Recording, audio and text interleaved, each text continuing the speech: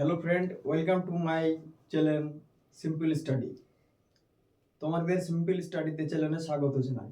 আজকে আমরা আলোচনা করব একটা ইম্পর্টেন্ট কারেন্ট অ্যাফেয়ার্স সম্পর্কে, যেটা এসএসসি এসএসসি যে কোনো পরীক্ষার ক্ষেত্রে ইম্পর্টেন্ট, এছাড়াও স্টেট পিএসসির ক্ষেত্রে খুবই ইম্পর্টেন্ট এই প্রশ্নটা। কারেন্ট অ্যাফেয়ার্স সম্প্রতি ভারতের একটা নক্ষত্র পতন হয়েছে, যে বিখ্যাত তবলাবাদক উস্তাদ জাকির হোসেন মহাশয়।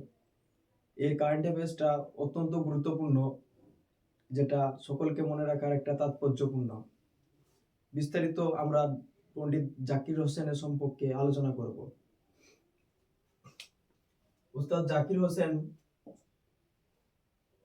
তিনি জন্মগ্রহণ করেন 9 মার্চ 1951-এ মুম্বাই মহারাষ্ট্রে জন্মগ্রহণ করেন এবং মৃত্যুবরণ করেন 15 ডিসেম্বর 2024 ইউএসএ সান ফ্রান্সিসকো।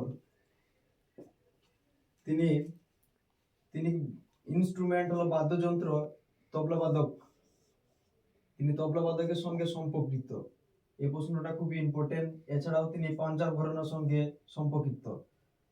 তিনি পদ্মশ্রী পান 1988, পদ্মবিভূষণ পান 2002 সালে, সঙ্গীত নাটক একাডেমি পুরস্কার পান 1990 সালে। এছাড়াও তিনি 4 টাইমস গ্র্যামি অ্যাওয়ার্ড উইনারে ভূষিত হন। এই পয়েন্টগুলা সকলকে নোট করে রাখবে, যেটা আসন্ন এসএসসি জিডি বলো এমটিএস বলো, এটা খুবই ইম্পর্টেন্ট। তিনি পাঞ্জাব ঘরানার সঙ্গে সম্পর্কিত।